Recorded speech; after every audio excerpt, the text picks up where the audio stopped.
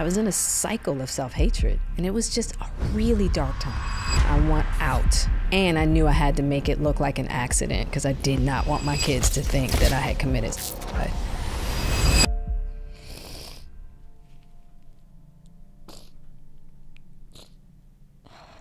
Please welcome Jada Pinkett Smith. Jada, I knew you as a Hollywood actress. I never knew you were the daughter of 2 drug-addicted parents and a teenage drug dealer yourself on the streets of Baltimore. I really thought I was going to be the next big-time female drug dealer. I was absolutely fearless. But getting 2 9mm pointed at you... They pointed 2 guns at you. That's a big wake-up call. But what happened? Somebody set me up. And then I had to always have this tough exterior. Now, as I'm dismantling my defenses, I'm in a really raw place. The holy slap. What happened? I knew I was gonna get blamed, but like, it was insane. You say protection is your love language. Did you see that as an act of love? The entanglement conversation. We broke up. And then what did you do, Jada? My mother, my kids, they were like, how could you do this? Do you regret putting that out? Honestly. I've got this wonderful picture that I found. Oh, I know that picture. Do you know why this is relevant? I let it go back to when we played as kids, but things changed. Yeah, I lost them back to back. That's the way it is. I just want to start this episode with a message of thanks. A thank you to everybody that tunes in to listen to this podcast. By doing so, you've enabled me to live out my dream, but also for many members of our team to live out their dreams too. It's one of the greatest privileges I could never have dreamed of or imagined in my life, to get to do this, to get to learn from these people, to get to have these conversations, to get to interrogate them from a very selfish perspective, trying to solve problems I have in my life. So I feel like I owe you a huge thank you for being here and for listening to these episodes and for making this platform what it is. Can I ask you a favor? I can't tell you how much you can change the course of this podcast, the course of the guests we're able to invite to the show, and to the course of everything that we do here, just by doing one simple thing. And that simple thing is hitting that subscribe button. Helps this channel more than I could ever explain. The guests on this platform are incredible because so many of you have hit that button. And I know when we think about what we want to do together over the next year on this show, a lot of it is going to be fueled by the amount of you that are subscribed and that tune into this show every week. So thank you. Let's keep doing this. And I can't wait to see what this year brings for this show, for us as a community, and for this platform.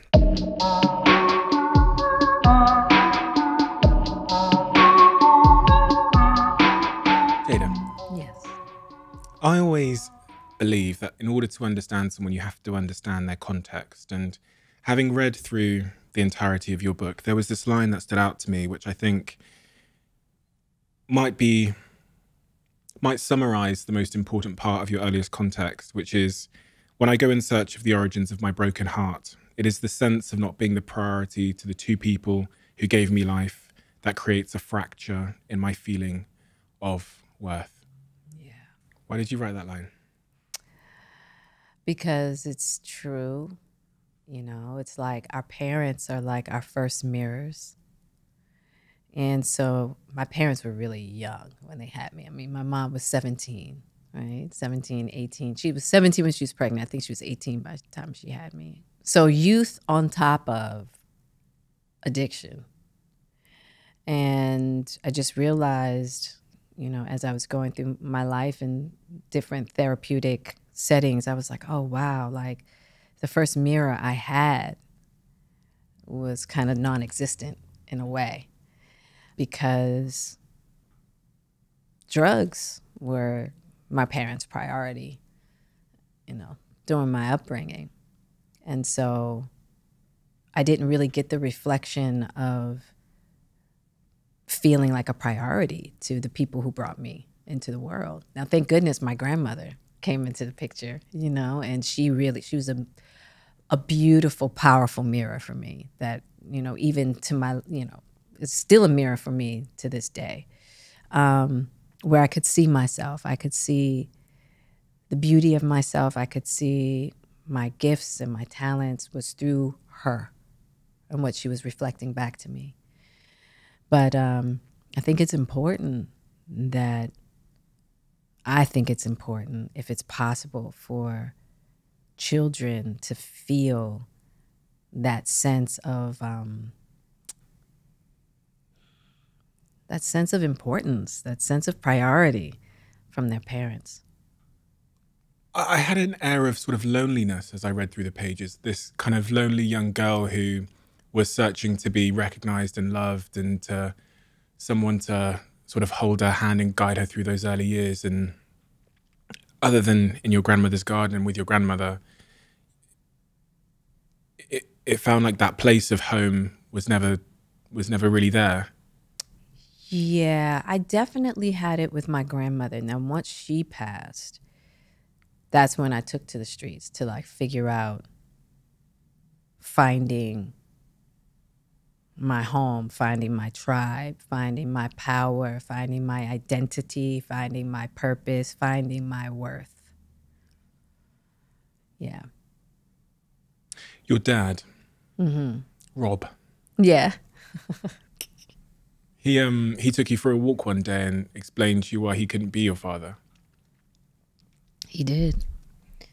I was 7, and he just said, look, I'm an addict and a criminal, and I can't be your father. And I was like, now mind you, he hadn't really been in my life that much anyway. I didn't really know.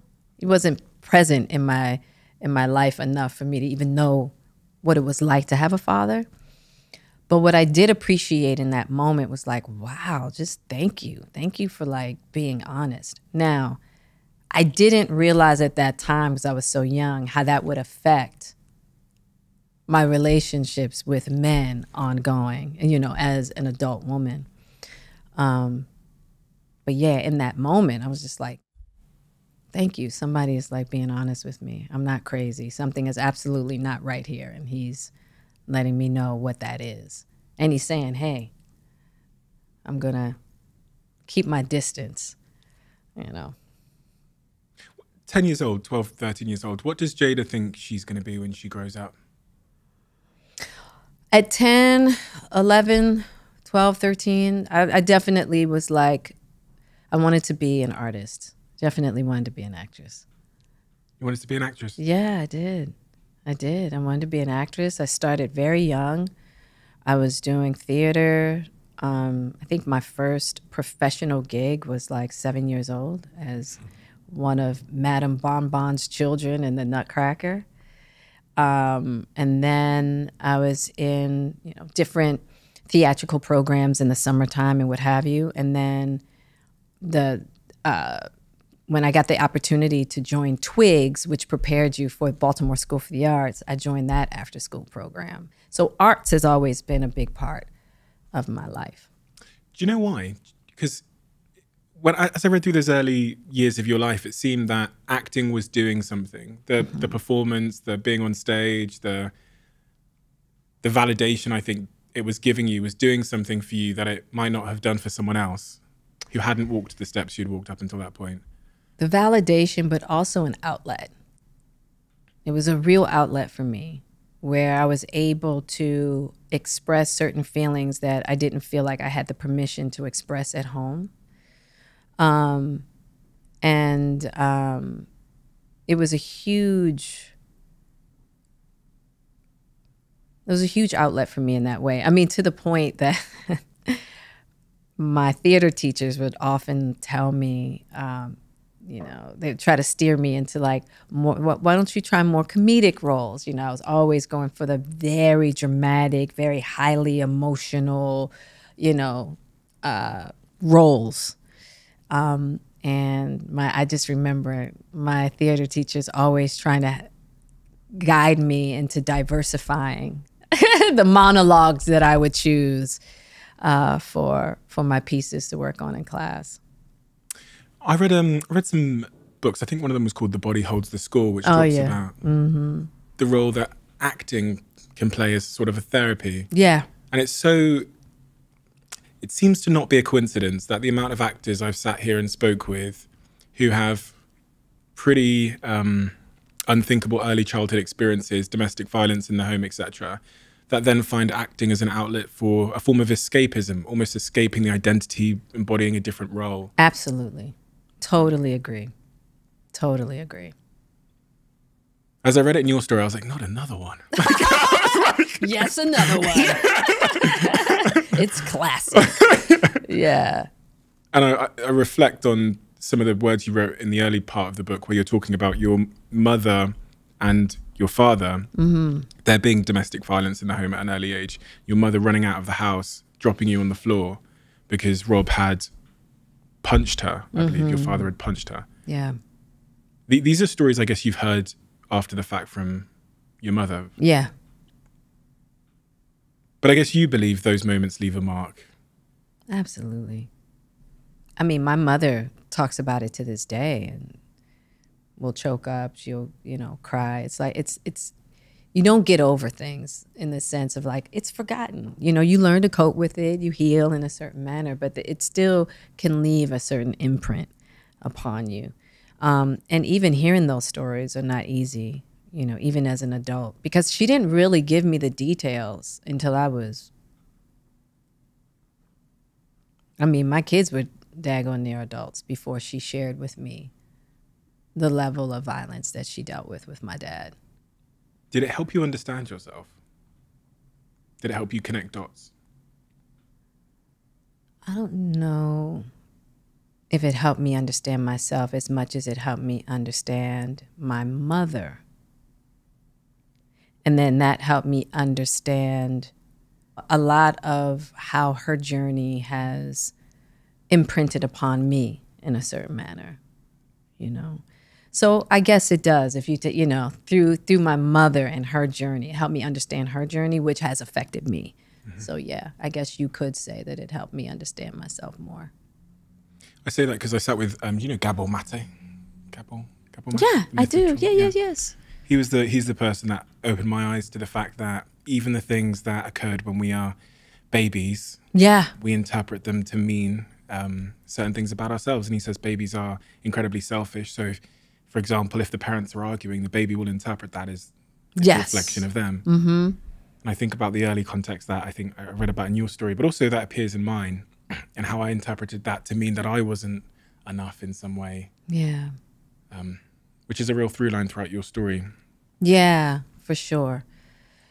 And I think that is probably more subconscious, unconscious than that which the abuse of drugs and how that reflected to me that I wasn't worthy in a certain manner. That why is it that this particular substance has more power over, has more attention, more power, more influence than me?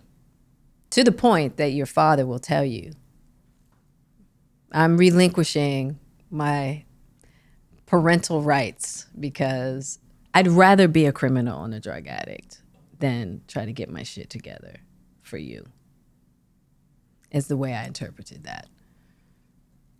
And at the same time, I was like, just thank you for being honest instead of sitting up here pretending like you're doing something different. Thank you. Which a lot of people would do. Tony, was he was your mother's first partner after Rob? No, he was her first husband. First husband, okay. Yeah, after Rob. And he seemed to be a pretty solid He's father a solid, figure. yeah, he was indeed. This guy comes into your life and plays the role of a father by all accounts. He seems to do a pretty good job and seems to love on you in a way that is sufficient for a child. But then he too vanishes out of your life. Makes an exit.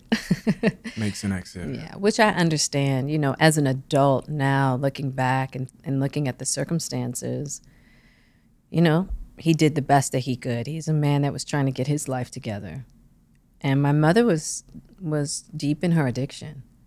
Addiction to? Heroin at that time. And so you can't negotiate with that. It's either you want to get help, or you have to, sometimes you have to make clean breaks. I know that now as an adult. And you don't always know how to play the middle, and so I get it. What does that do to you as a young woman who's trying to figure out where safety is? It's devastating. It's devastating. I mean, I completely abandoned feeling like I could depend on anyone, which is why I just took to the streets. I was like, you know what? I'm going to figure out how to make money, gain power, and create a situation where I can protect myself and my mother. And to make sure, just in case she doesn't make it, I'm going to be okay. You take to the streets.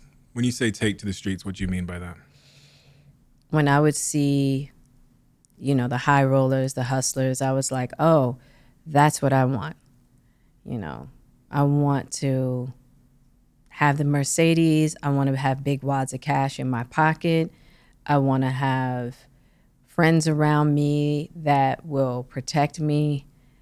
And I want to be able to have security and stability created by my own hands. I don't want to depend on anybody. Not only do I not want to depend on anybody, I can't depend on anyone.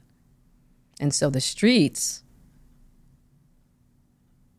that's where I saw security, because we didn't have doctors and lawyers, you know, to look upon, you know, like that's the aspiration, right? Because in our neighborhoods, that's what we had. We had hustlers, right? And they had the good life. So you could be a hustler or you could be a hustler's girlfriend. I wasn't trying to be the girl. I wasn't trying to be the girlfriend. And so I look to that lifestyle to offer me the security that I didn't have at home, as an opportunity for me to create that security that I didn't have at home. Security, protection, safety. These are all words that appear over and over and over again in your book.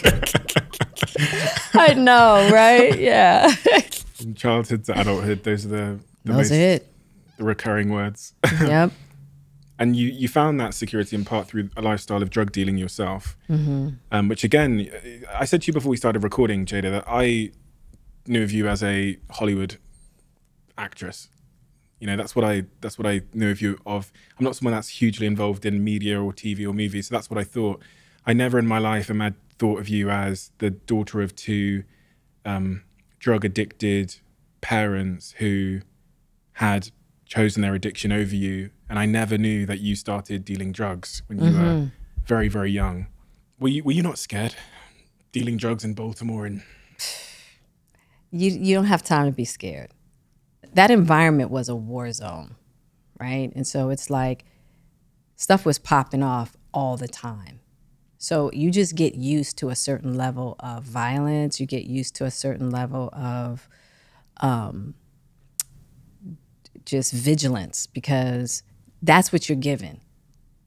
So you just learn to adapt to that kind of environment. So the levels, what somebody might consider dangerous, for me was just normal.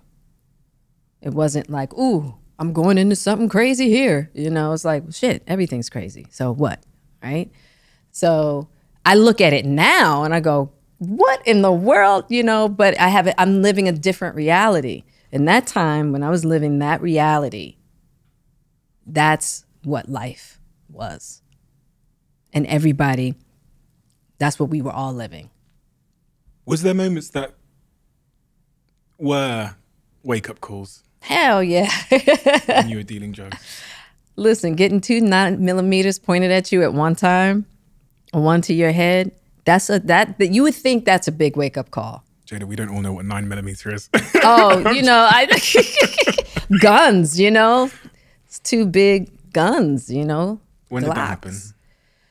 I had to be 17 years old, because that was my senior year of high school. And what was the reason that someone pointed 2 guns at your head? I had posted up in the projects in this apartment on the bottom floor where I would sell drugs out of the window or through the door of that particular apartment. And somebody set me up, to make a long story short. Somebody set me up. And as I was making the exchange through the door that had the chain on it, two guys from the side of the door, which I couldn't see because I'm looking through the peephole, two guys from the side of the door come around and kick the door in and pull out guns, point them to me, and take all my money, my jewelry, and stash. And I was really lucky to make it out of that alive, for sure, because the person who led that robbery ended up killing 2 drug dealers 2 weeks or a month after. Put them in a trunk, shot the trunk up, and murdered 2 guys. And he ended up doing life for that. But I could tell as he was leaving, you know, it's so interesting when you're in moments like that. I can still see his eyes as he's leaving me, and how he's making a choice in the moment of what he's going to do with me. And by the grace of God, he left me there.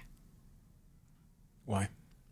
Well, and of course, my crazy self, because of the protection that I was under at the time, I called that person. I was like, I just got robbed. He knew exactly. He's like, I know who this is. Don't worry about anything. I was like, I want my shit back. And so we actually, that person whose wing I was under, he made for a meeting for us to meet in that area a couple of days later. He was like, you're not going to get your money back. You're not going to get the drugs back, but maybe there might be some pieces of jewelry of yours that he hasn't sold yet. And he was exactly right. He had, a couple chains or whatever. And I asked him, I said, why'd you just leave me there? And he said, you were too pretty. And that was the first time, and I talk about this in the book, that was the first time that I was like, well, maybe I am pretty, because I was like, maybe I am pretty because, because this was a stone cold killer. And I talk about, even when I met him, how he looked like he had never felt any kind of love in his life. And I don't know what kind of crazy nut I was at that time. I was just all I could say is just out of my mind. I was just in such an alter reality. I really thought I was going to be the next Queen Pen, first of all. Again, a lot of people don't know what a queen pin is, Jane. Yeah, well, I thought I was going to be the next, big time female drug dealer, and I really I was crazy. I absolutely was just a nut, because I had no fear whatsoever. I was absolutely fearless to be rolling with these wolves like this. And like it was nothing. Like it was absolutely nothing. I think about that today. I think about my daughter. I'm like, what the, I don't know. And that's when I know, and I think back on everything that I've been through, I was like, there is a God for sure. There's a God. Because that dude, for me to even want to see his face again was like, I want my shit back. And he had it for me. He was like, there you go, And so, but it prepared me for Hollywood. It prepared me. It prepared me big time. How? It prepared me in a way because I was running with killers. It's as simple as that, right? So the Hollywood flex, dudes who were presenting themselves as like these powerful, if you don't do what I say, I'm like, bruh, honestly, it just didn't resonate that way for me. I just looked at it. I looked at all of that as just kind of like puppy play.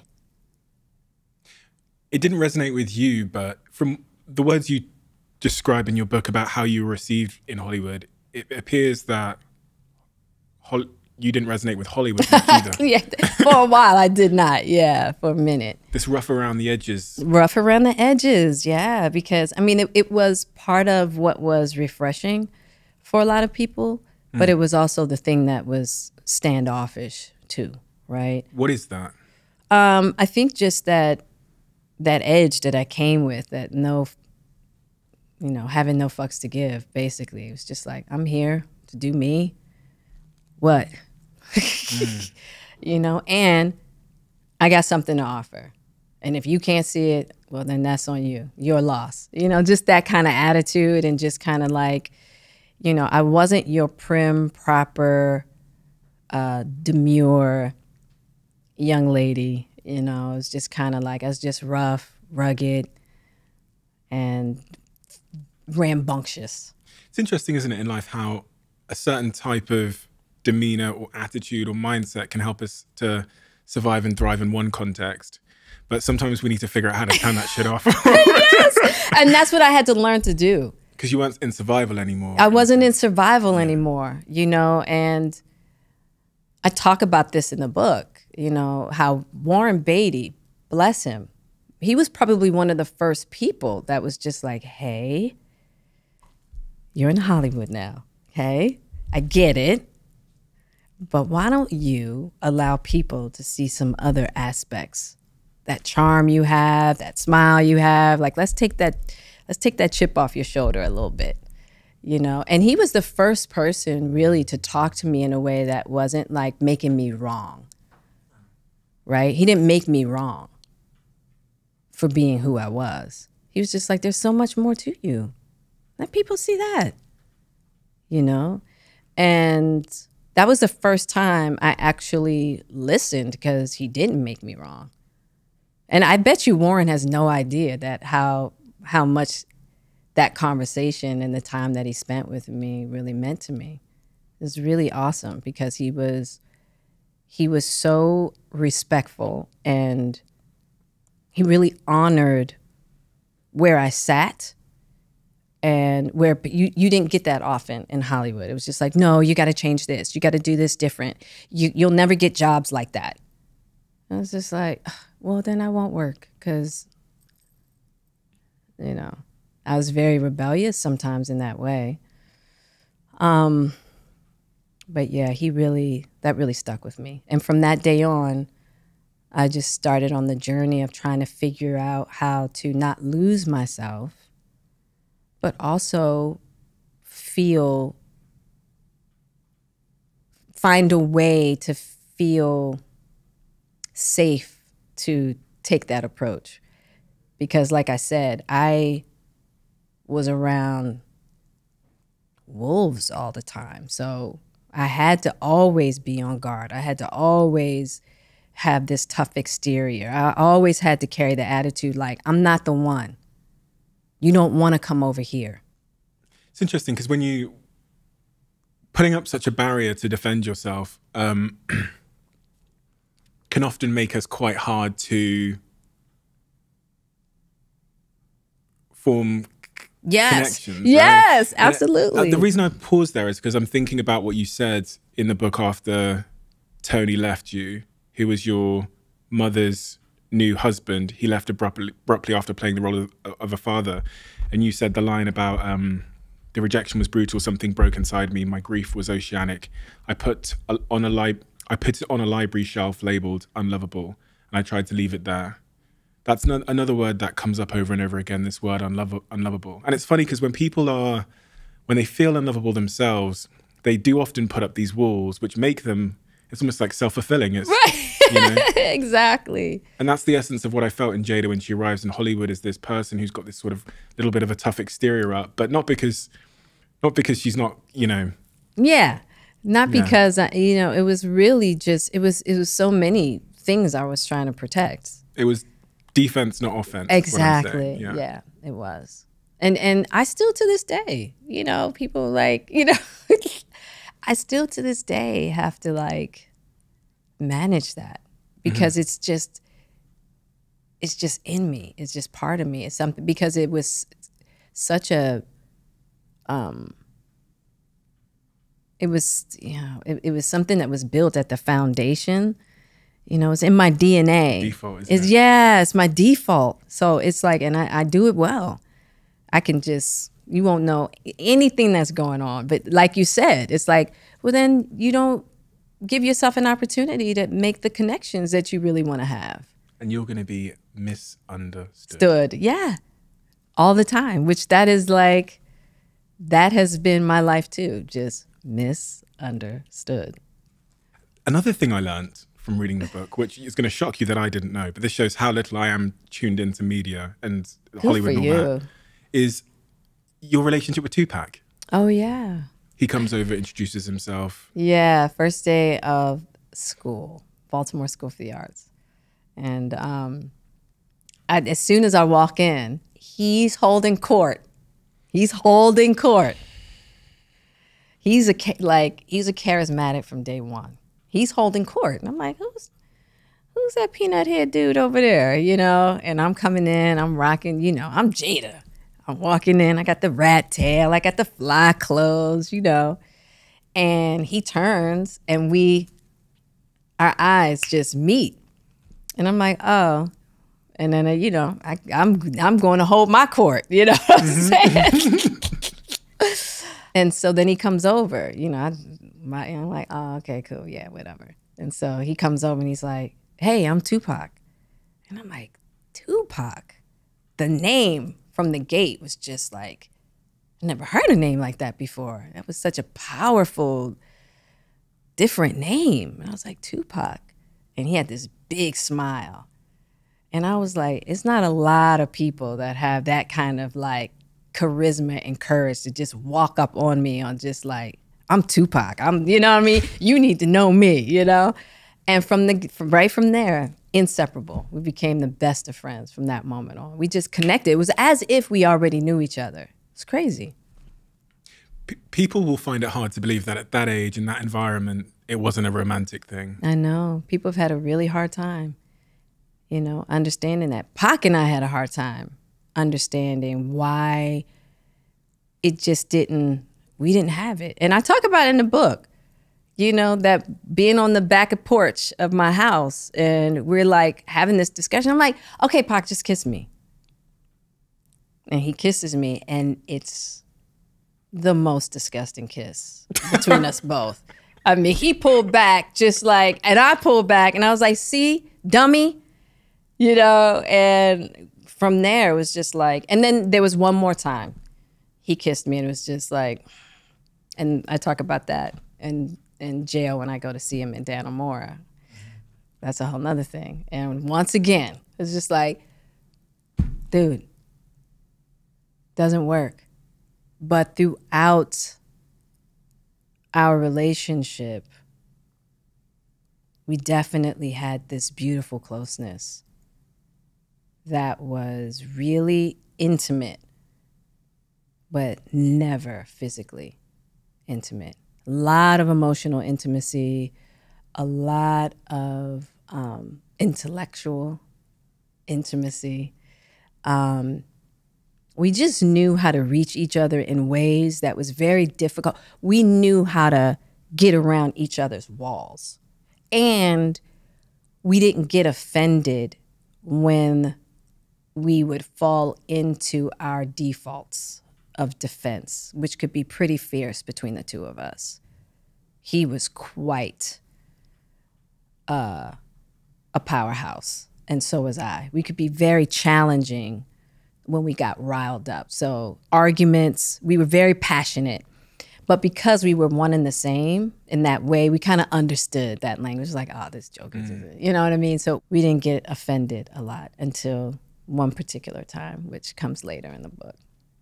Yeah, when you come from the same place or you know the origin stories, you don't have that misunderstood thing you talk about because you understand. I just understood him. I just understood him. And he understood me. He really got me. And he really knew how to pull my coattails in ways that a lot of people didn't. And same for me with him. I just knew how to reach him in ways that, and that had everything to, and I think because we didn't have that kind of, I think sometimes physical intimacy can really get in the way, you know? And I think that God just made it that way, in which God was like, no, I need you to be, I got a plan. So that's not part of the plan. Did you, in your heart of hearts, know that Tupac was going to go on to do what he did? I knew he was going to go to do something. I did not know he would become the Tupac we know him to be. But I knew he was going to do something great. In hindsight, when you look back at who he was, the character traits, the ingredients that were within him, why did he go on to do what he did? What was it about him? He wore his heart on his sleeve, and he could join you. And so what I mean by joining you is that he's not talking at you. He's talking with you. He had a way of being able to speak about subject matters that he's going to sit with you in your broken heart and speak to you from there, because he knows that broken heart. He's lived that broken heart. So, and whether it's your broken heart, whether it's your rage, but he just knew how to penetrate those emotional spaces in people. And that's what I mean by joining you. He knew how to join you emotionally in so many different verticals of emotion. You know, he was supremely intelligent as well. He was so authentic also, and so raw, that I think that was really refreshing as well. He gave you him. And he was unapologetic. So he's going to give you his intelligence. He's going to give you his fear. He's going to give you his pain. He's going to give you his anger. You know, he's going to give you his sympathy. He's going to give you his understanding, right? But it was coming from that heart space, that real space within. It wasn't a gimmick. It wasn't like, oh, I'm going to talk about this because this is what's hot. No. You know, right, wrong, or indifferent, he gave you his truth. And some truths people could rock with them, and some truths you couldn't, you know what I mean? And, but regardless, it was what was real for him at that time. He was always authentic. But it's not easy. It comes with a cost, right? It comes with a cost. Because it's almost the opposite of conformity in a way, authenticity. Yeah, exactly. And he was a rebel in that way. And I think people really, at points in his career, you know, he would speak for the community. And then at points of his career, he would speak from that really intimate place of woundedness. Dear mama. Yeah. You know, that so many of us related to. Nobody was speaking to us in that way. That could go from ambitions of a writer to shed so many tears to a soldier story. Come on. Come on. You know, I mean, he could speak to us from so many different angles. That is just the evidence of authenticity, isn't it? Because people are multifaceted in their nature. No one is just ambition of a rider. Like, yeah. We are all the shades. All the shades, right? But rap music, especially back then, was very narrowing. It was like, this is how to be a rapper. So someone willing to be authentic. It's funny, I've seen this over and over again. They are the most resonant people in the world because they represent us in a way that a lot of others aren't brave enough to represent us in. That's also what vulnerability does. Yes. That's what you do as well in this book. Well, thank you. Because you're willing to lay it all out, we can relate to, many people will be able to relate to many parts of you. And, you know, without books like this, we get narrow views. And those narrow views, I mean, those are crafted by other people and they're the least relatable narratives, right? Yeah, and we're also multidimensional. You move to LA, you're working 3 jobs, you start trying to climb into the ladder of Hollywood. At this point, you you meet a certain Fresh Prince. The Savior Prince. The Savior Prince. Yeah. And I was quite shocked by, I think of Will Smith. I think charismatic, he's a good looking guy. Yeah. You didn't seem to think that. When No. you No, not at first. Yeah. What did you think at first? I mean, he was the Fresh Prince. I was like, okay, he's cool, you know? But I was like, not the guy for me, you know? Why? Was he too soft? I wouldn't say soft. I would just say that he didn't seem deep. And I talk about this in the book, how at that time, a troubled dude seemed deep to me versus just troubled. It's like, stay away from the troubles. Right? And so he wasn't troubled. It didn't seem to be, right? And so I was like, that's not deep. Like, he just seems like, you know, it just didn't draw me in that way. You don't feel the same way anymore, though, do you? No. About the deep parts. Oh, no, he's and actually, part, yeah, I read his book. exactly. Yeah. Yeah, don't judge a book by its cover. That's what Will Smith taught me. It was like not to judge a book by its cover. And I learned that, you know, years later when we had an opportunity to have, you know, we had a mutual friend. And so we were able to share some time at Jerry's Deli over a meal. And I got to see a totally different side of him. Dwayne Martin. Yeah. Yeah. You went to that jacket potato place. Yeah, the baked potato. Mm-hmm. Yeah. Mm-hmm. What was it about? What did you see in Will that night? I found it really interesting because one of the things that you described seeing in him was someone who was quite adamant in taking over the world. Yeah. He was so ambitious, you know, and in such a beautiful way. He had big dreams. And he was so joyful. He was really joyful, but grounded. And that was the part that I missed. He was grounded. It was like he'd been through some things and he was really intelligent. So he's what you call, you know, he could go from the hood to the White House and everywhere in between, right? And I always find people like that fascinating, that have a wide range within them, places that they can go. You know, you drop Will anywhere and he's gonna figure it out and fit in. He'd asked you to be his on-screen girlfriend, hadn't he? Okay, yeah. So I auditioned for Fresh Prince, I think it was the second year, to play one of his girlfriends, and they were like, you're too short. And I was like, all right, well, cool, right?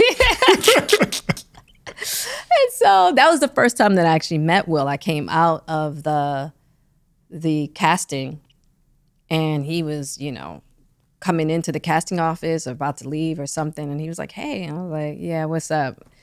You know, I was like, no need to talk to me. They already said I'm short. Yeah, so I'm on my way. And then, and I think I was probably about 20. And he wanted me to play his, you know, his girlfriend as a series regular. So he flew in to North Carolina to meet me. And I was like, nah, I'm gonna do movies now. And he was like, all right, cool. That's a big rejection. To reject the Fresh Prince of Bel-Air when he says you can be his sort of recurring on-screen girlfriend in a hit show, and you say, TV's not for me, I'm gonna focus on movies. Big call. Well, I had just done it. I had just come off of a different world. Mm-hmm. And I knew, like, I had the protection of Debbie Allen on a different world, right? And so when I wanted to make moves, Debbie was there to help me. That's not to say that I would have that same assistance on Fresh Prince. And at that time, they locked you in. Mm-hmm. You couldn't do anything. You know what I mean? They have you for 6 years. They got you locked. And I just didn't want to be locked like that. And so I really wanted to try my hand at doing movies. And then Dwayne Martin, when I turned Will down, Dwayne Martin got on me because he felt the same way you did. It was just like, it's financial security. How could you let something like this go? And, you know, who's to say when your next starring role is going to come in and blah, blah, blah, blah, blah. And I was like, but I'm so glad that I didn't take that role because I tell you what, if I had taken that role, Will and I would not have been married and I wouldn't have had Jaden and Willow and been Trey's bonus mom. My life would have been totally different. You sure? I'm positive. Yeah. As in you're Positive. sure that you wouldn't have gotten married? I'm positive. Because you would have seen Yeah, no. you would have seen the red flags. Listen, no. Yeah, no. Earthquakes are hard to predict. Sometimes you feel tremors ahead of time. Often they come on suddenly. And in your early 20s, you had your first, maybe not even your first, but what you describe in the book as your first breakdown, personal earthquake when you're driving down the street one day. Mental health and psychiatry have come a long way since then. I would guess that at the time, many people wouldn't have been able to tell you what that was. I had no idea what was going on. Me just thinking about that moment, it's like, I was so overwhelmed, you know, and I was like, I didn't know what was going on with me. And it came over me in an instant. I was fine one moment. I'm turning my car around to meet a friend on the corner that, you know, I saw to say hello to her. And all of a sudden, my body's shaking, all these emotions come over me. And I'm like, it's like waterfall of like tears. And I'm like, and I have no idea, like my brain is not catching up to what is happening with my body. All I know is that this waterfall, this volcano of emotions, it was fear, anger, despair. And I was like, and she was looking at me like, are you okay? And I was like, I don't know. And I get in the car and I'm trying to drive and I'm like, you can't drive. Pull over. And then I pull over and then I just remember feeling terrified to just let it go. And I let it go. And then I'm like, I want to die. I want to die. And I remember making it home. And all I could do was call my mother and say, you got to come here. I'm going to kill myself. You know? And I think about that. And I'm just like, wow. And my mother was like, she was maybe a year into her sobriety. Right? And what a terrifying call to get. Like if I get that call from Willow or Jaden or Trey, I'm just, you know, it's like, and so she's figuring out, because she just started a job at this hospital. I'm so terrified to be by myself. I call my homegirl MC Light. And I tell her, I'm like, you got to come out here. I'm afraid to be alone by myself. I'm going to do something to myself. And she flies out. And so she holds me down until my mother comes. It's a crazy moment.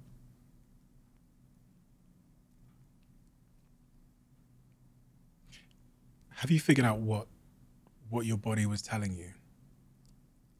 I think my body was telling me that, I think my mind was telling me, hey, we have some things we got to pay attention to up here. Enough with, let's keep it moving. I'm going to make it so you're not going to just be able to keep it moving anymore. You have some things that you got to pay attention to, some things that need to be addressed. And at the time,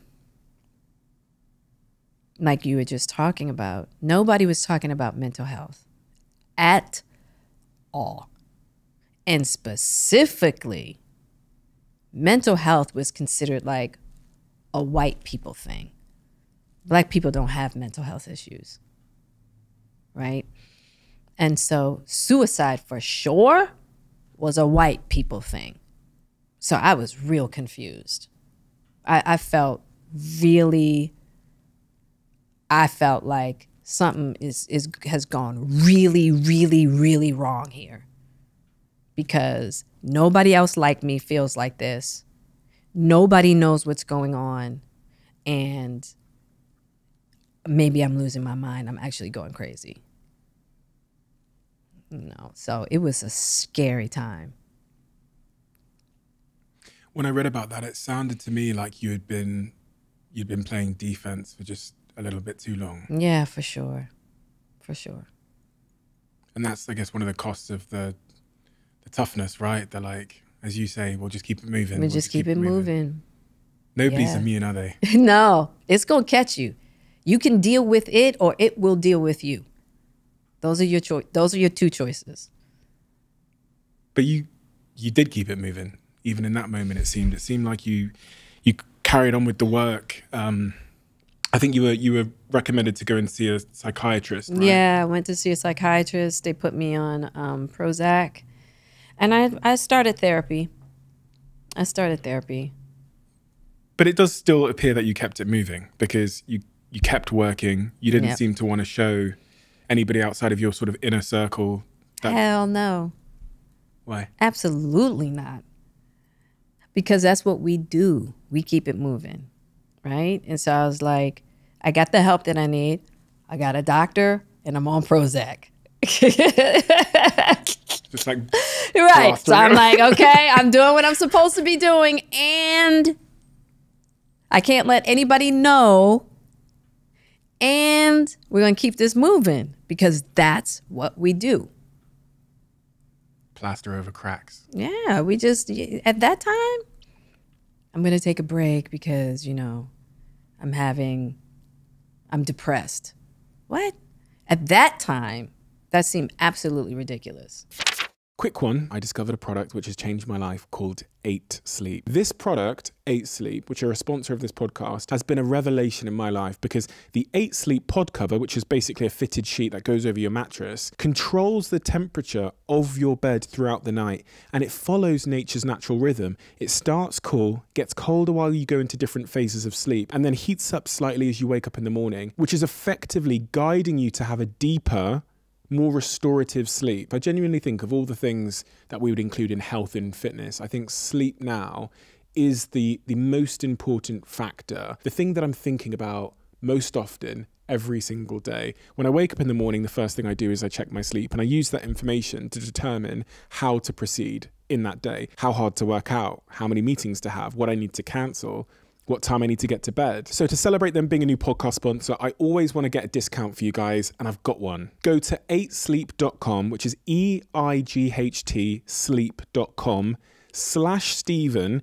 And if you do that, you'll save $150 on the pod cover that I have on my bed, the one I'm talking about. Grab your pod cover, send me a DM, and let me know how you get on. Let's talk about Zoe, who you may know because they're a sponsor of this podcast and I'm an investor in the company.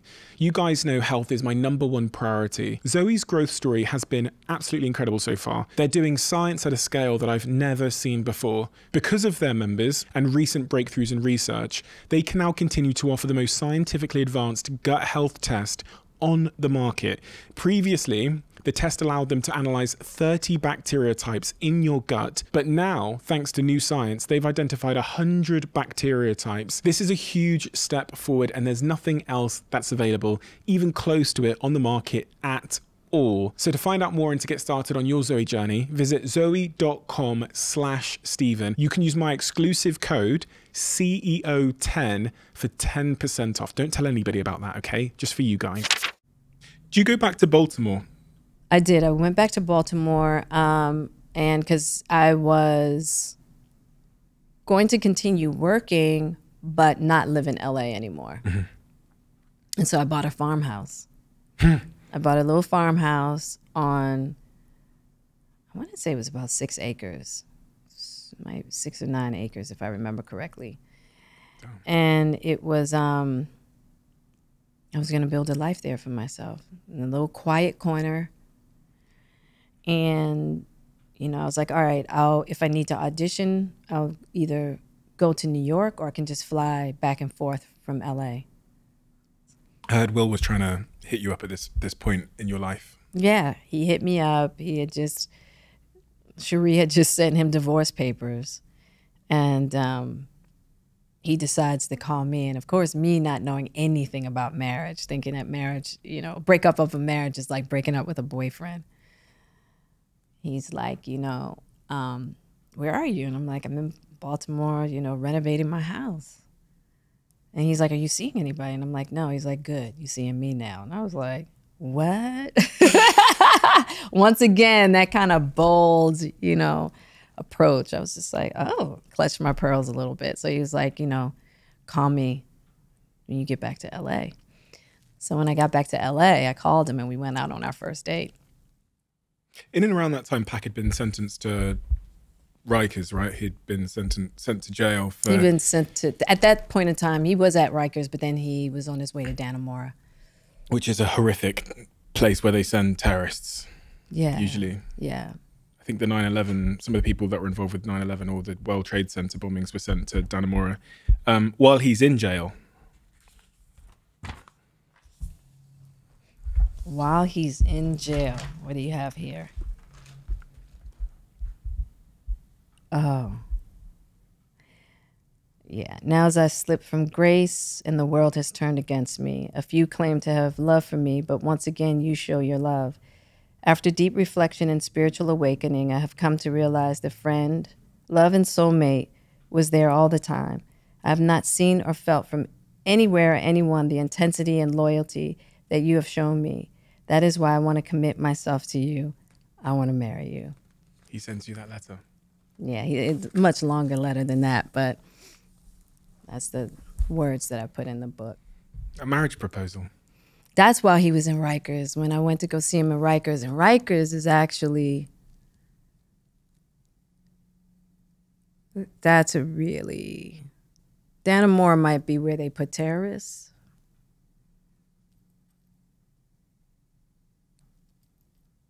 Rikers is like, I remember going to see him there, and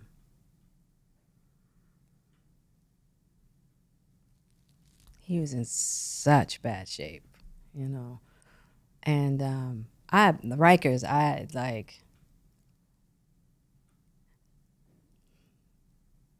Rikers was bad. Dannemora, yeah, terrorists are there, but far more humane conditions than I would say Rikers.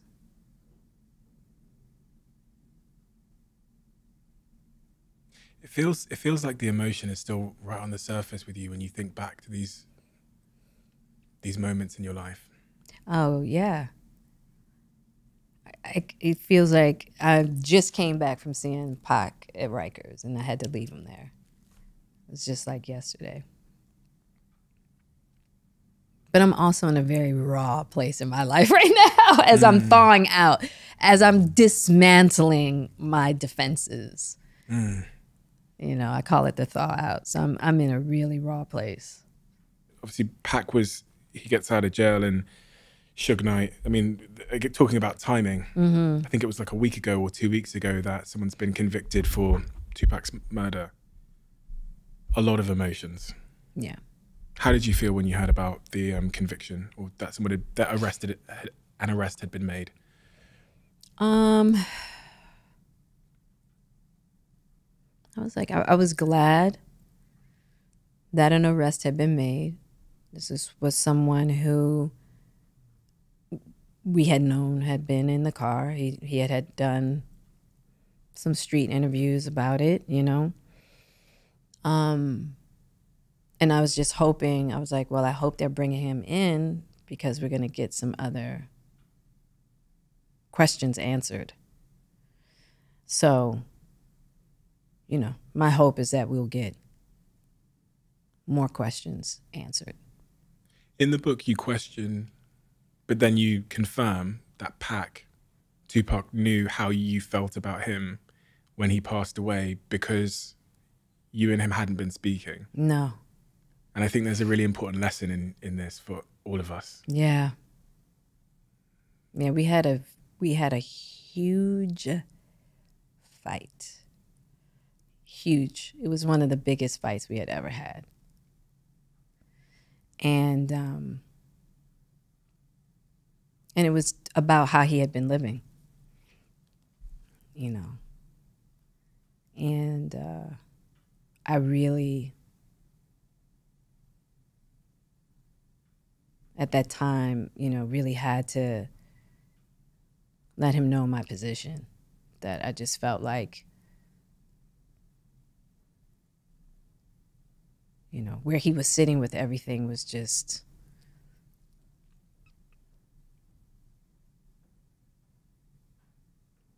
it wasn't going to end up well.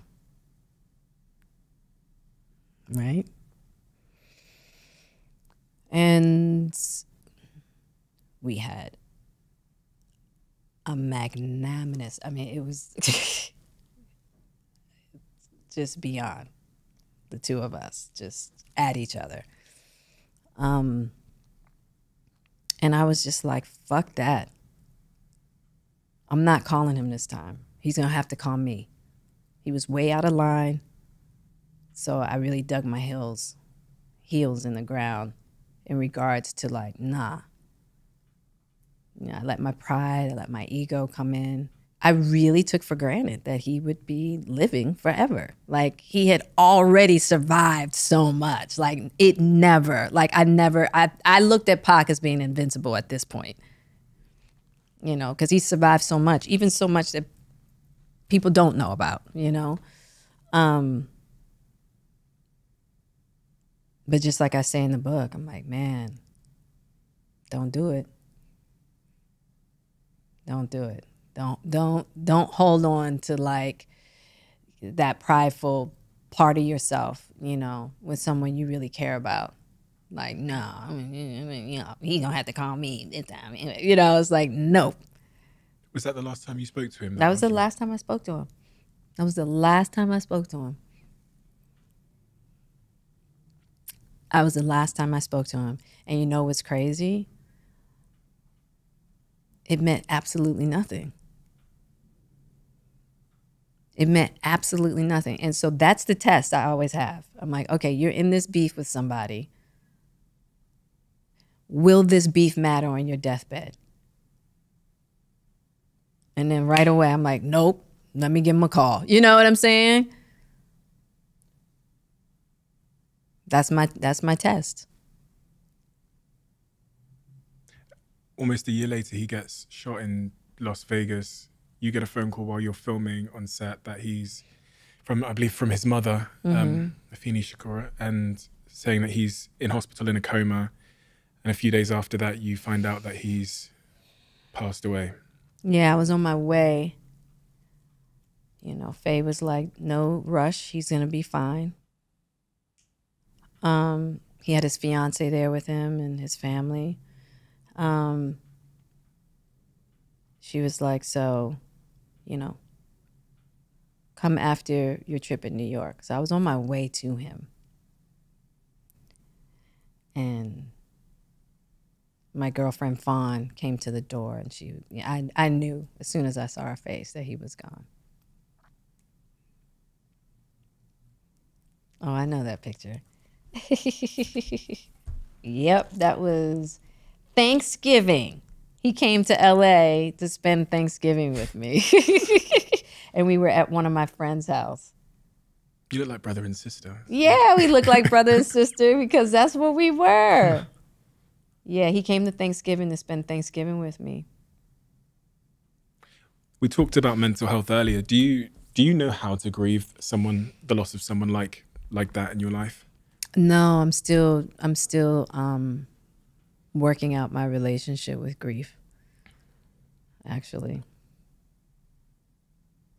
yeah, I haven't really. Yeah, I'm still working that out. Because this chapter of your life was loss. Unmourned loss. Chapter 12 of your book.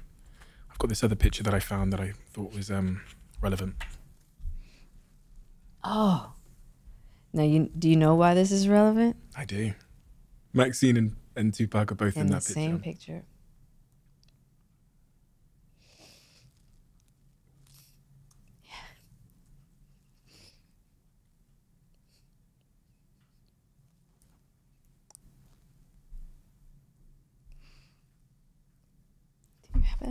Tissue. Thanks.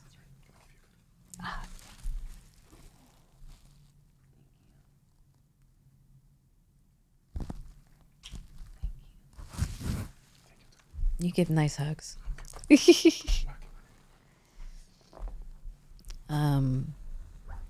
Yeah, that's yeah.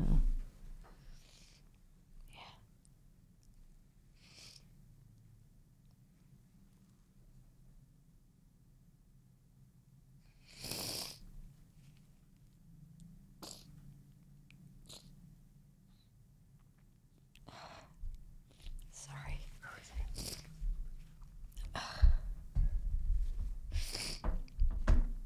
Yeah, I lost Maxine and Pac back to back. So like to, you know, this picture to be flanked by them. Yeah, I lost them back to back. Maxine was a good friend of yours. Pac was your brother. Yeah, and she was like my sister, you know. She I met Maxine on Jason's Lyric, and we became like super tight. And she lived in Canada, and so she wanted to come to Hollywood and make a career for herself. So I told her that she could come live with me. So she came to live with me. We feel as though she had a misdiagnosis, that she had some kind of thyroid disorder that really disrupted her psyche. Mm-hmm.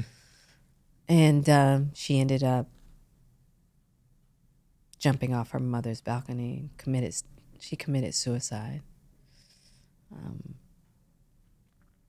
So that was really tough.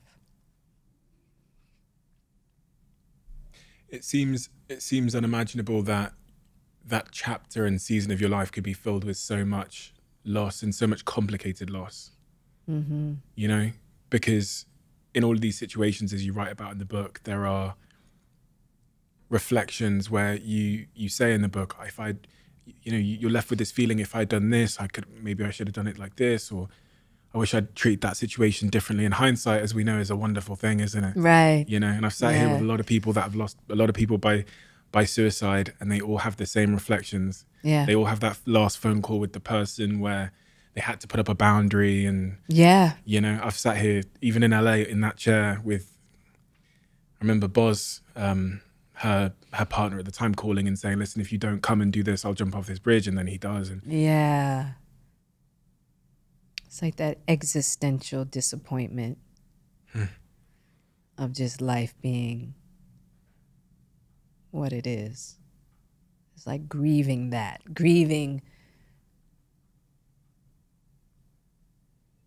It's like she went from this like happy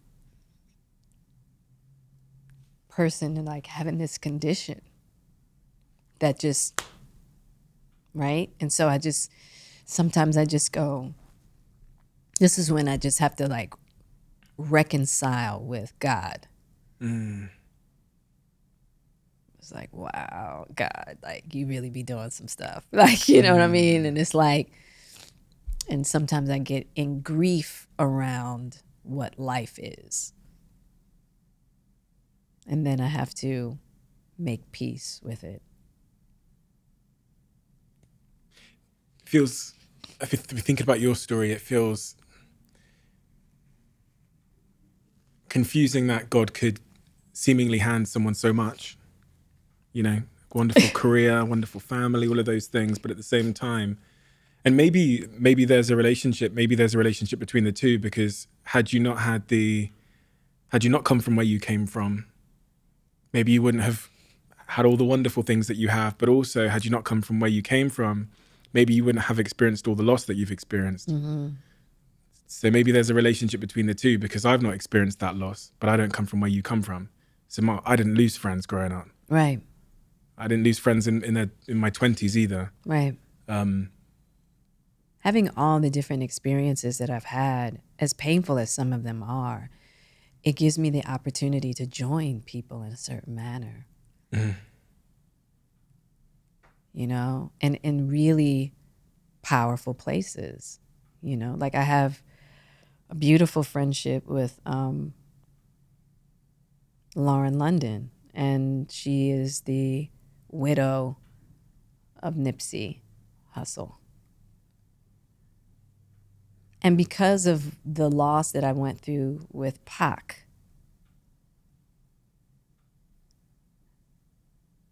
I could reach out to her and I could go, hey, anytime you need anything, anytime you need to talk, I'm here. And Lauren's quite like me, defenses, you know what I mean? But I just kept walking closer and closer. And I just say all that to say that we've been able to meet each other in a certain place because of the type of losses we've had that can really create beautiful connection. You feel me? I feel you. Yeah. So there are blessings in pain. You just gotta know that to be true and wait for that door to open. You know, and that's just one tiny example of like the blessings that I've found in a lot of the loss that I've had in my life in general. You know, there's almost an irony or a paradox in the fact that your pain caused a disconnection, but then the pain caused connection. Deep. Because heartbreak, there's this beautiful seed in heartbreak, which is like it breaks you open. It breaks you open. And you got two places that you can go. You can go into the deep wells of darkness, or you can go into the deep wells of light. And I've been to both. And I've learned I ain't trying to be over here no more. You know what I mean? And so I always use heartbreak, discontent, pain to help me search for bright light and beautiful blessings within them. In the opener of the book, you described in the prologue the life that the world would have seen in over the next sort of 10 years of your life before you turn 40. You describe you're super successful Hollywood actress. You've got this husband who is, Will Smith, and he's a super successful Hollywood actor. You've got these kids, you've got the family, you've got the house, you've got it all. Yeah. Externally, you're killing the game. So internally, you must be killing the game. Right. Internally, I was spiritually bankrupt. Right. I found it so interesting hearing you describe the relationship that both you and Will had as it relates to conflict resolution. Uh-huh. I find it so interesting because I've come to learn over the last couple of years that the way we deal with conflict predicts the long-term health of our relationships. Oh, God, yeah. And I think there's this professor, I think it's called Professor John Gottman, who studied couples and tried to figure out why they end up in divorce. And he says the number one reason is because they build contempt. And that's all about conflict resolution, how you're dealing with your bullshit. Yes, absolutely. Now, you remind me of my partner because she wants connection, she wants to talk, she wants to resolve things. She wants to deal with the emotions. I would like to not. Right. I will buy you something to make sure that you're safe. Right. I'll pay for your stuff. Right. But I just want to work. Yeah. And that's the way you describe Will. Yeah. And so I resonated with Will in that. But yeah. You sharing how you felt throughout that story helped me to understand my partner. Beautiful. And all the conversations she's had with me about what she actually wants from me. Yeah. And me misunderstanding her because we have different love languages. Yeah. And your love language starts when you're a kid, right? Yeah, for sure. And Will's does too. Absolutely. What was that conflict of your love languages? Will's, you know, was very much like yours. It's like, I want to work. I'm going to work hard so that you can have everything in the world that you'd ever want. You know, you're not going to need for anything. Right? And my love language was like, but I just want you to be here with me. I don't need all of that stuff. I want to look in your eyes and, you know, feel your love and feel your protection here with me. And, you know, it was like that connection. I wanted to feel like I wanted to make a masterpiece out of our connection, you know, and he wanted to make a masterpiece out of, you know, the life itself. Right? And neither is wrong. Neither is wrong. And that's what I had to learn. That's where we've come to now in understanding. Neither one of those wants are wrong. So how do you balance them? Because it can't be one or the other. How do we balance it? Like yin and yang. Everything about life is balance. So I just want you to know that with you and your partner. Are you talking to me? Yeah, I just want you to know that because in as couples we get into these power struggles. No, my way is right. No, my way is right. Well, if you didn't have this, it gets into all of that, right? And it's like, stop. It's not about anybody being right or wrong. How do you get the balance of it? That's it, right? And so, you know, it took Will and I 3 decades. Jesus Christ. I haven't got that kind of time. Yeah, 3 decades, okay? 3 decades. That's what will get to that, will get you. It doesn't have to be that, you know? It's like, do it now. Because that's what I've said to my girlfriend is I've told her that I've got this opportunity now because things are going well in my career. So I just want to focus for now. And then we're going to have all of our lives together. I actually said that to her one day and she reminded me of it a week later when we were arguing. Yeah. I was like, we're going to have all of our lives together. So like, we'll connect later. Yeah, we'll connect later. It's like, what? What kind of foolishness is that? You know what I mean? And I'm going to tell you like this. I bet you when you're on your deathbed, you're not going to think about whatever it is you're trying to accomplish and achieve. What do you think you're going to think about most when you're on your deathbed? How you were loved and how you loved, no? 100%.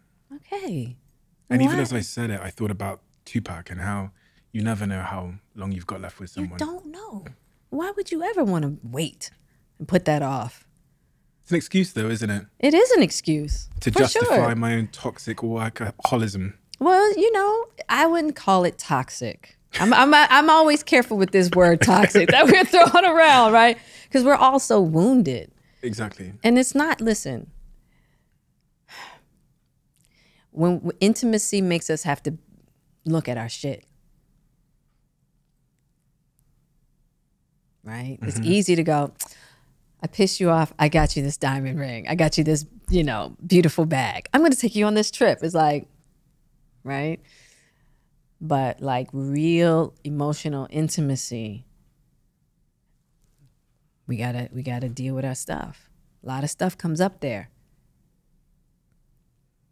But that's where connection and love and true happiness, true fulfillment is what's going on in our inner landscape. You talk of this loss of identity when you married Will. And this is a quote I wrote down. It feels like I can't grasp my own journey. At times I feel resentful and angry. I don't know what to do about it. You and Will had these two sort of different visions for happiness in your lives together. His being that he wanted to take over the world as a global, movie star, all the things that he is. And within there, you start to lose yourself a little bit, it seems. This word resentful. Yeah. Very interesting word. Yeah. Can you give color to that word? Why you chose to use that word? Because it's true. It was like, I felt as though at that time, all right, if I want to help you do all of those things. I'm here to help you with that, right? And I'm like, and in return, I should get a bit of what I want, which is connection, right? And so you just, for me, just giving and giving and giving and giving and giving and forgetting, well, not even forgetting, not realizing that I was abandoning myself in the hopes that if I just keep pouring into this, if I just keep pouring into him, if I keep pouring into his dream, I'm going to eventually get what I want, right? And that's a false idea in so many ways, right? And so many of us do that. If Will looked back and was trying to give me whatever the hell it was I was asking for, he wouldn't have been able to accomplish it anyway. Because if I'm not connected to myself, if I don't have a good relationship with me, there's nothing he can do. So I was going to be asked out anyway. You know what I'm saying? So it's like, that's part of the journey. There's no right or wrong. Everybody's always trying to find the good guy or bad guy in people's stories. There's no good guys or bad guys. We're all wounded trying to figure this shit out.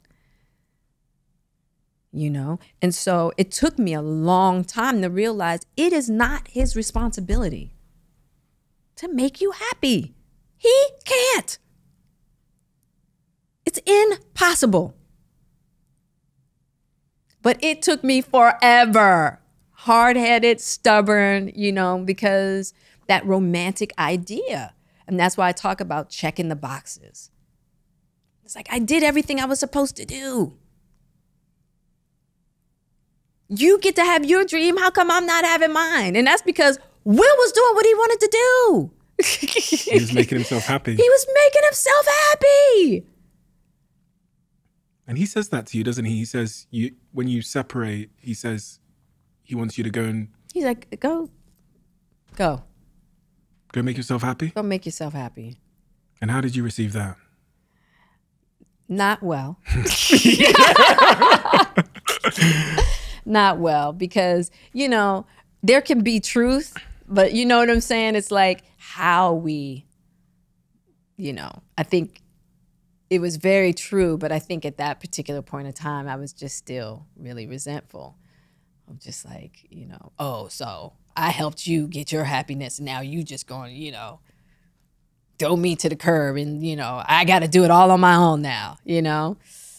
But that's the truth. I had to do it on my own, you know, just like he did. You got to do it on your own. You got to do it on your own. You got to do it on your own.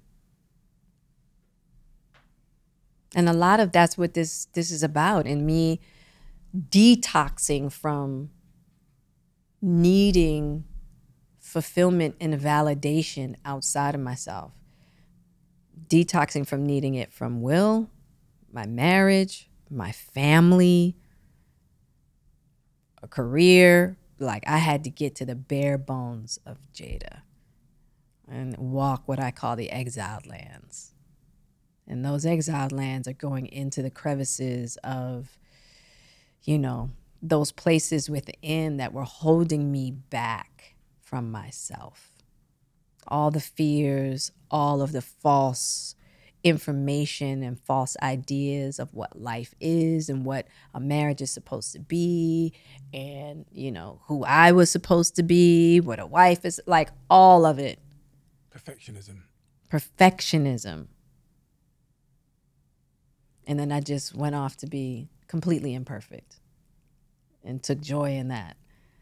Because being in Hollywood, I mean, this is a place that values the appearance of perfectionism. Like, everything looks perfect on the surface. Yeah. And I think it's not a healthy idea. It's just not healthy. And it's not true. And nobody can live up to that, you know, which is why I've been dismantling that need to be perfect for myself. And that's been a painful ride, but. Leading up to your 40th birthday, which is also where the book starts, I read the first pages of the prologue and I couldn't quite believe what I was reading.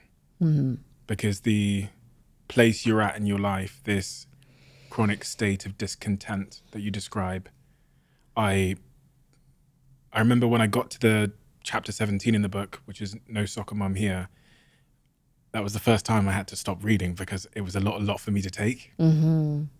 Hearing that that's what was going on in your head and your mind, that's the way you viewed life. You didn't see any path forward for you.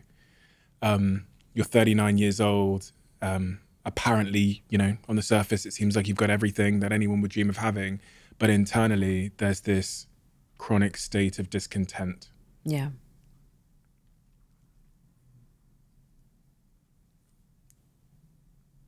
I often say to people, if I was a fly on the wall, but if I was a fly inside the walls. Yeah. What was going through your mind? 39 years old, about to turn 40. Oh, I was in a very, very dark place. Very dark place. Just, I remember the line I read where you said, if I got to 4 p.m. every day. I was like, I made it. I made it. And even that was like so hard. I mean, you know, I was talking to my mother this morning because she just read the book and she said, I can't believe you didn't talk about how you woke up every day crying. Really? Yeah. And I was like, you know, Ma, I think it was enough to tell people that I was looking for a cliff to drive off of, you know? And what she brought up was like, she knew I was unhappy, but she didn't know why. So it wasn't that people around me didn't know that I was really unhappy. It's just that everybody believed what I believed, which is why it was so hard for me to talk about, which is like, you've got everything. What are you unhappy about?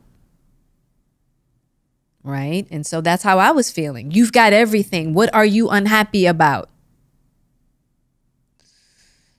And that was just, I had so much shame around that because I didn't understand.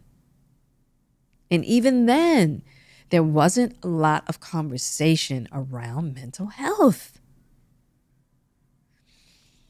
And so I was just like, fuck it. I can't keep doing this. I want out. And it was just a really, really dark time. When you say you were looking for a cliff to drive off of, you're not saying that theoretically or as a metaphor. No, I'm saying I was looking to the point where I was like, Big Sur, I knew exactly the route to drive. And it's this really narrow route. And sometimes it gets really foggy there at night. And I'm not making it out of that drop. I remember driving that one time going to Big Sur because I was looking like here, like on Mulholland. I was like, these drops aren't gonna, like, I need a drop that I'm not making it back. I don't want to be disfigured. I want out. And I knew I had to make it look like an accident because I did not want my kids to think that I had committed suicide.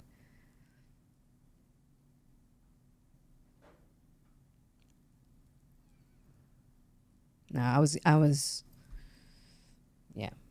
in a lot of pain. I was in a really, really dark place. And when you're in that place, you just can't see your way out. And you really think, I really thought something was really wrong with me because what I was feeling wasn't matching the exterior of my life. So I really did feel like I was just born broken.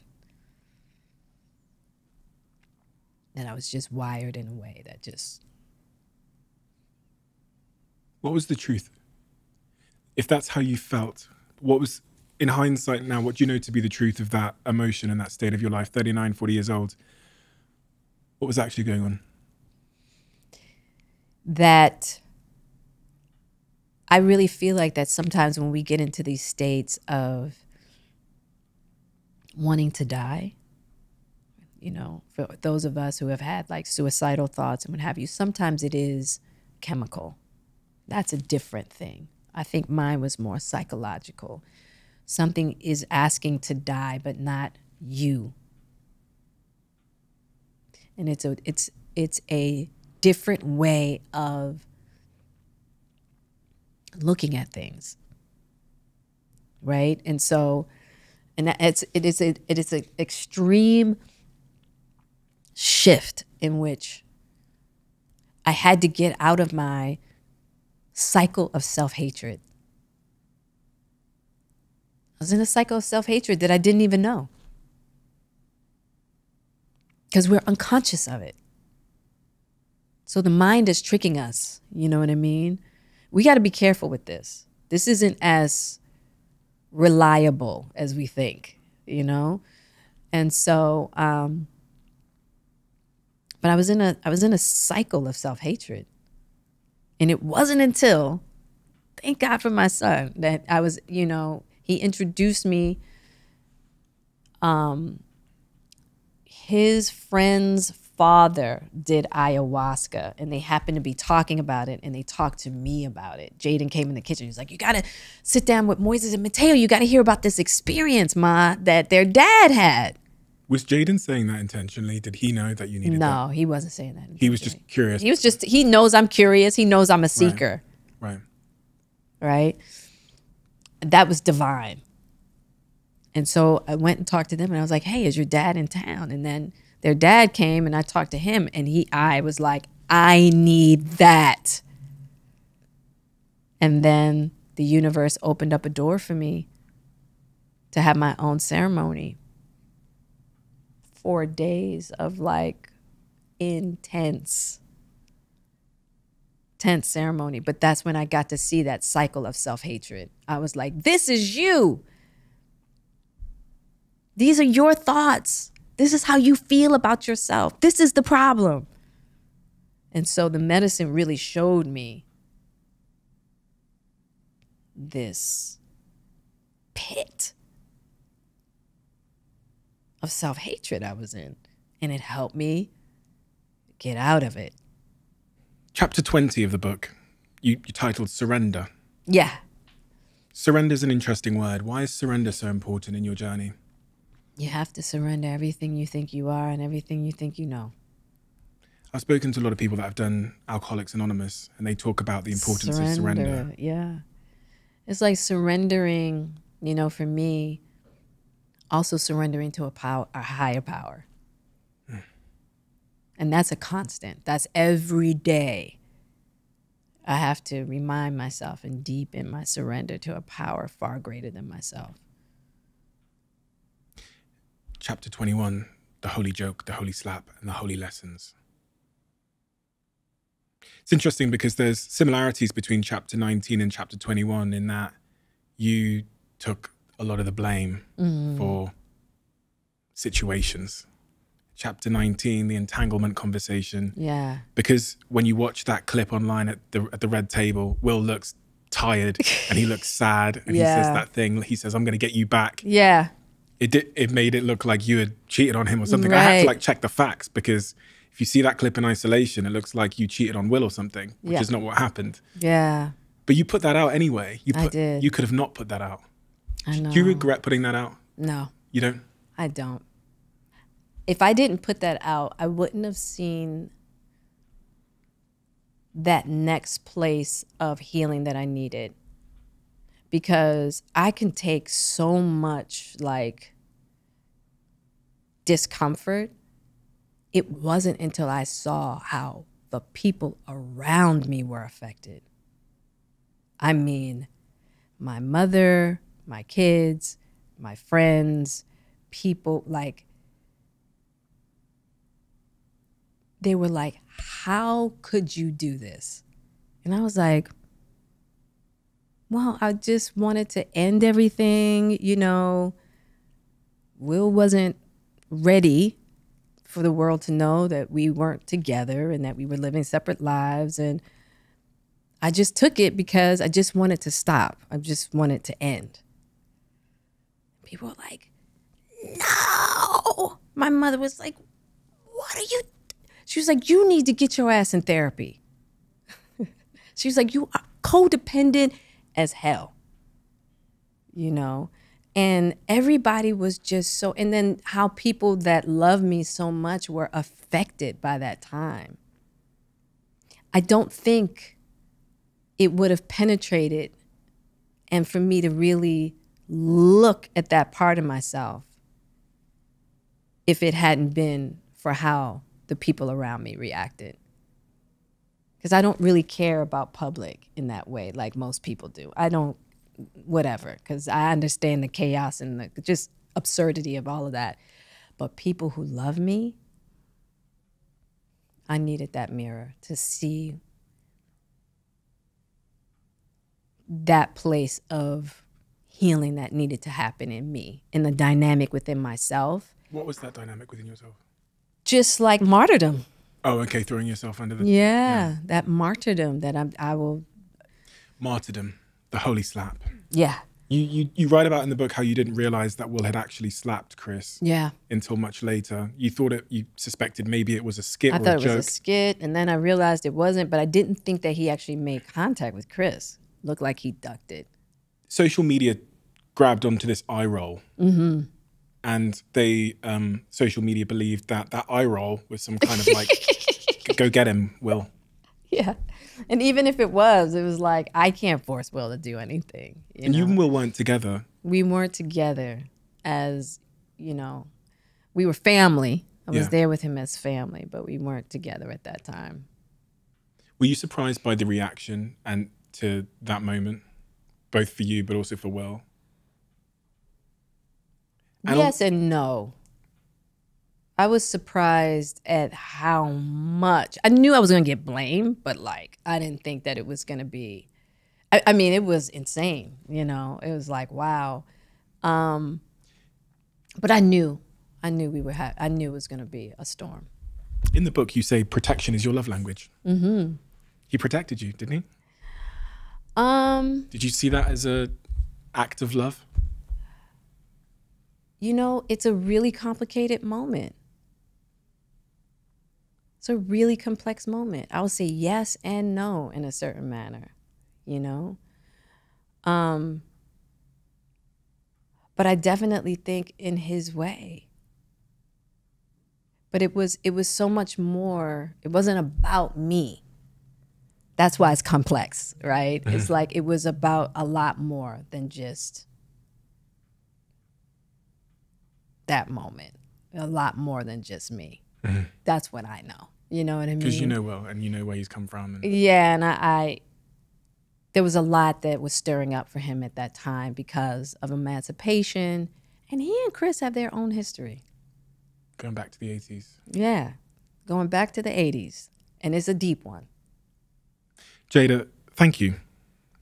Thank you for writing this book, because it's not until we understand people's context that we understand them. And when we understand them, we realize that they are just so much like us. Yeah. In the wounded, the imperfect, the survival, the defense, and all of those things. And that's exactly what I got from reading Worthy. But also, as I said to you, I think before we started recording, there were so many moments in there that acted as the advice that no one around me could have given me because they've not walked in those stairs. You act as an elder to me in the book, because you've helped me to figure out and shine a light on a certain area of my behavior, which comes from maybe a wound that I have that is going to hold me back and lead me to a place I don't want to go to. I promise you, yes. Yeah, exactly. And you're right. You use the word breadcrumbs, but that's exactly what the book is. It's it's your story, but throughout your story, you leave these little nuggets of wisdom and lessons that will guide those that read the book to a better place in their own lives. And they can subjectively define what that better place is, but the wisdom is enduring because the wisdom is human and it's true. So there's something in there for everybody. It's one of the best books I've ever read because of the writing style, the vividness. I felt like I was in your grandmother's garden.